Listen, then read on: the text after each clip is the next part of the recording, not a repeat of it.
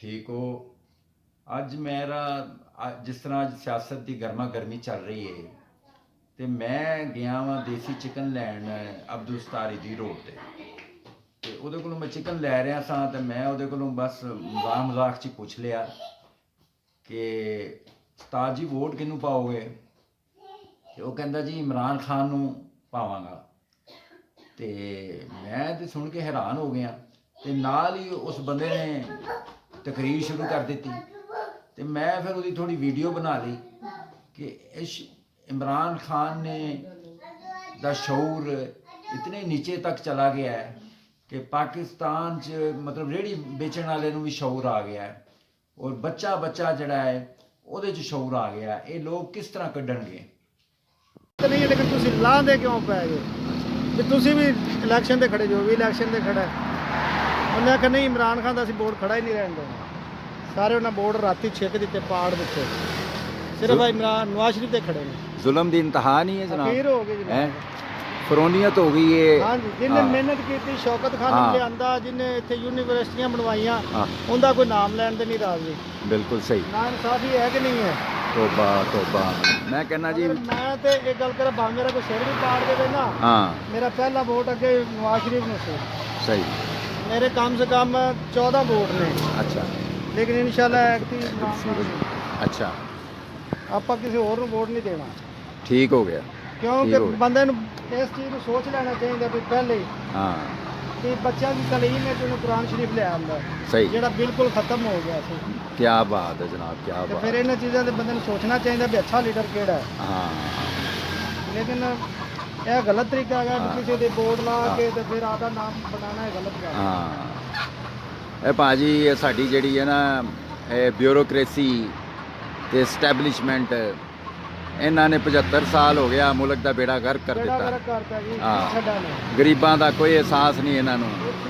ਗਰੀਬ ਬੰਦੇ ਵਾਸਤੇ ਰੋਟੀ ਖਾਣੀ ਮੁਸ਼ਕਲ ਹੋਈ ਹੈ ਤੇ ਮੈਟਰੋ ਟ੍ਰੇਨ ਇੱਧਰ ਆਈ ਹੈ ਤੇ ਸਿਰਫ ਆਦੇ ਇਲਾਕੇ ਨੂੰ ਸਵਾਰਨ ਵਾਸਤੇ ਨਾ, ਜਾਂ ਤਾਂ ਬਾਹਰ ਵੀ ਕੰਮ ਕਰਨ। ਬਿਲਕੁਲ ਸਹੀ। ਔਰ ਸਾਡਾ ਹਵੇਲੀ ਲੱਖਾ ਸ਼ਹਿਰ ਵੇ ਲੋਕ ਉਸ ਰੋਡ ਦੇ ਤੇ 3 ਘੰਟੇ ਲੱਗਦੇ ਨੇ ਦੀਪਾਰਪੁਰ ਹਵੇਲੀ ਲੱਖਾ ਜਾਣ ਦੇ। ਸਹੀ, ਉਧਰ ਤੇ ਨਹੀਂ ਕਿਸੇ ਸੰਭਾਲਾ।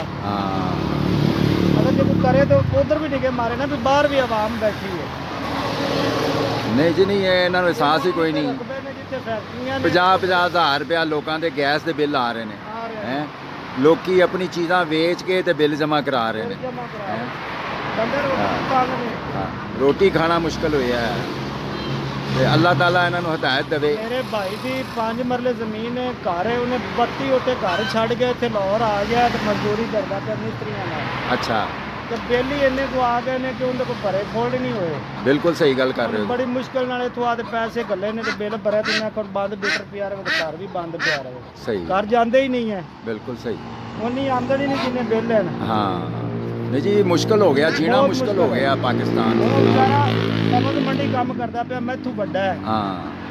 ਤੇ ਉਹ ਦਿਹਾੜੀ ਦਾ 1000 ਰੁਪਇਆ ਕਮਾਉਂਦਾ ਹੈ, ਉਹਨੂੰ ਜੇ 50000 ਬਿੱਲ ਆਵੇ ਉਹ ਕਿੱਧਰ ਜਾਏਗਾ। ਇਹਨਾਂ ਨੇ ਜੀਣਾ ਸਾਡਾ ਦੋਬਰ ਕਰ ਦਿੱਤਾ।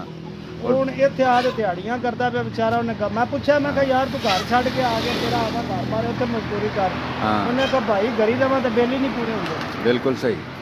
ਇੱਥੇ ਮੈਂ ਖਾਲੀ ਪਲਾਟ ਮੰਗ ਕੇ ਬੈਠਾ, ਪਾਣੀ ਭਰ ਲਿਆਣਾ ਤੇ ਇੱਥੇ ਗੁਜ਼ਾਰਾ ਹੁੰਦਾ ਪਿਆ। ਬਿਲਕੁਲ ਸਹੀ। ਉੱਥੇ ਮੇਰਾ ਗੁਜ਼ਾਰਾ ਨਹੀਂ ਹੁੰਦਾ। ਮੈਂ ਇੱਕ ਟਾਈਮ ਦਾ ਪਾਣੀ ਭਰਨਾ ਤੇ 40000 ਬਿੱਲ ਆ ਜਾਂਦਾ। ਉੱਥੇ ਕਿਹੜਾ ਮੈਂ ਏਸੀ ਪੇ ਚਲਾਉਣਾ। ਸਹੀ ਗੱਲ ਕੀਤੀ ਤੇ ਜ਼ਿਆਦਤੀ ਨਹੀਂ। ਫਿਰ ਬੜਾ ਜ਼ੁਲਮ ਹੈ ਜੀ, ਜ਼ੁਲਮ ਹੋ ਰਿਹਾ ਹੈ। ਲੋਕਾਂ ਦੇ ਬੱਚੇ ਸ਼ਹੀਦ ਕਰੀ ਜਾ ਰਹੇ ਨੇ, ਲੋਕਾਂ ਦੀਆਂ ਧੀਆਂ ਭੈਣਾਂ ਨੂੰ ਚੁੱਕੀ ਜਾ ਰਹੇ ਨੇ ਨਾਜਾਇਜ਼। ਕੱਲ ਗਾਹਕ ਮੇਰੇ ਕੋਲ ਆਇਆ ਕਰੀਬ 8 ਮਹੀਨਿਆਂ ਬਾਅਦ। ਅੱਛਾ, ਤੇ ਮੈਂ ਉਹਨੂੰ ਪੁੱਛਿਆ ਯਾਰ ਤੂੰ 8 ਮਹੀਨੇ ਲਾਤੇ ਨੇ। ਉਹਨੇ ਕਿਹਾ ਯਾਰ ਮੈਂ ਇਮਰਾਨ ਖਾਨ ਦੀ ਪਾਰਟੀ ਸੀ ਤੇ ਮੇਰੇ ਤੇ ਪਰਚਾ ਆਇਆ ਤੇ ਮੈਂ ਨੱਸਾ ਗਿਆ। ਅੱਛਾ, ਤੇ ਉਹਨੇ ਆਖਿਆ ਵੀ ਹੁਣ ਮੈਨੂੰ ਨਾ ਮਜਬੂਰੀ ਬਣੀ, ਘਰ ਮੇਰੇ ਮਹਿਮਾਨ ਆਏ ਹੋਏ ਤੇ ਮੈਂ ਆਇਆ। ਉਹ ਵੀ ਲੁੱਕ ਕੇ ਆਇਆ। ਅੱਛਾ, ਉਹ ਗੱਡੀ 'ਚ ਵਿਚਾਰਾ ਨਹੀਂ ਨਿਕਲਾ। ਓਏ ਹੋਏ ਹੋਏ, ਉਹਨੇ ਵਿੱਚੋਂ ਕਾਲਾ ਕੱਪੜਾ ਲਾਇਆ ਹੋਇਆ। ਅੱਛਾ, ਸ਼ੀਸ਼ੇ ਦੇ ਵਿੱਚੋਂ ਬਾਹਰ ਨਹੀਂ ਨਿਕਲਾ। ਉਹਨੇ ਕਿਹਾ ਮੈਂ ਬਾਹਰ ਨਿਕਲਾ ਮੈਨੂੰ ਫੜ ਲੈਣ। ਬਿਲਕੁਲ ਸਹੀ। ਉਹਨੇ ਕਿਹਾ ਕਿਸੇ ਦੀ ਗੱਡੀ ਤੇ ਆ, ਆਦੀ ਗੱਡੀ ਤੇ ਟਰੈਸ ਹੋ ਜਾਵੇ। ਸਹੀ, ਇੰਨੀ ਜ਼ਿਆਦਤੀ ਹੈ। ਬੜਾ ਜ਼ੁਲਮ ਹੋ ਰਿਹਾ। ਬੰਦਾ ਸਪੋਰਟ ਕਰ ਰਿਹਾ ਹੈ, ਉਹਦਾ ਇਹ ਨਹੀਂ ਮਤਲਬ ਕਿ ਉਹਦੇ ਬੰਦਾ ਪਰਚਾ ਦੇ ਦੇ। ਨਹੀਂ ਜੀ, ਫਰੌਨੀਅਤ ਹੈ ਜਨਾਬ। ਇਹ ਭੁੱਲ ਗਏ ਨੇ, ਮਰਨਾ ਭੁੱਲ ਗਏ ਨੇ। ਠੀਕ ਹੈ ਜੀ, ਅੱਲਾਹ ਹਾਫਿਜ਼ ਜਨਾਬ, ਆਪਣਾ ਖਿਆਲ ਰੱਖੋ।